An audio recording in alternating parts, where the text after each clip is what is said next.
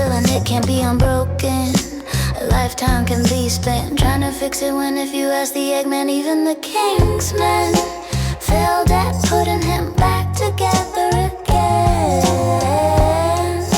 What should I do when the trust I lose is with the dispenser of the X and Y contained in my kid's DNA? Their father, the offender, threatens the safety of my world center, standing 5'3" and 4'7". If anything you did were to send either or both kids early to heaven, whatever I did in response to this would surely need an insanity plea to keep me from the death penalty. Ooh, killing a shark for being a shark never seemed right to me. I've held this same belief for all but the very last of my many shark dreams. Even when running from one, wanting me to die by his fatal serrated bite, I try to lead it to water in order to save its life. I never could, however, find my way.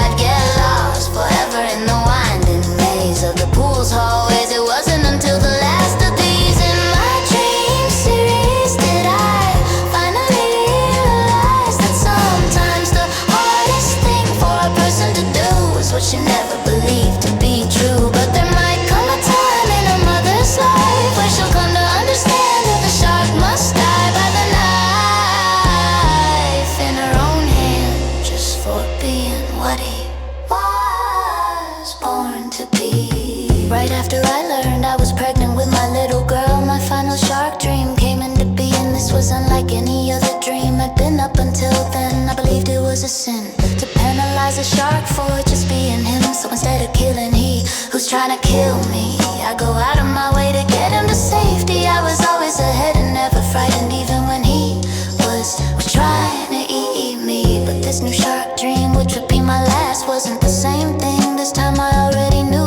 what I had to do. The shark wasn't in a pool, a tank was his room. The water blurry, green and hazy from algae. The shark was unsuspecting completely, while I was racked with heart-wrench and guilt and grief, knowing I had to kill him and sobbing uncontrollably. Why did he need to die for being who he was naturally? And why was I the one tasked with taking his life? The reasons in this dream didn't matter actually, I just knew through and through it's what I had to do. The water temperature dial sat on the tank's left side, and all I'd forced myself to do was turn it up too high. Since he's a cold-blooded guy, I hope he wouldn't feel himself die, 'cause after a while he'd be boiled alive. Killing a shark for being a shark never seemed right to me. I've held this same belief for all but the very last of my many shark dreams. Even when running from one who wanted me to die by his fatal serrated bite, I tried to lead it to water in order to save his life. I never could, however, find my way.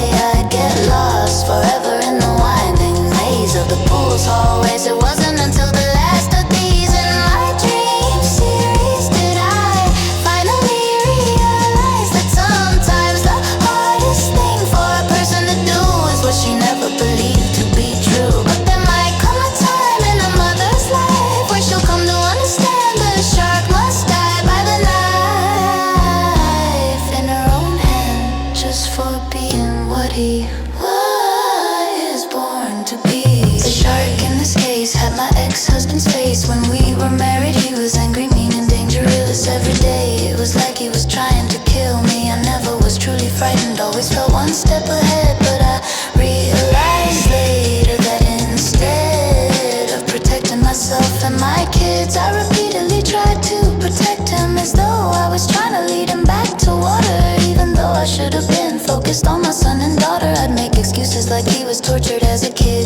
So we'll be nice and forgive when the reason God allowed me my kids to begin with is 'cause in that last shark dream I proved I'd protect my offspring by doing whatever I had to, even if that meant to kill me too. After I left him I continued to protect him from losing his children, 'cause I knew how much they meant to him, and I was scared of what he'd do if he lost them. Then came that moment, the one that I mentioned, where a mother understands the same shark she'd been protecting she'll have to kill with her own two hands. When the time came that I was faced with having to do what I knew I had to, take his kids away from him, the same feelings of heart-wrenching, guilt and grief and sobbing uncontrollably came to me like in that dream. And just the same, even if it killed me, you better believe I was ready to protect them from him. No more leading him to water, I'd boil him alive before I let him hurt them anymore.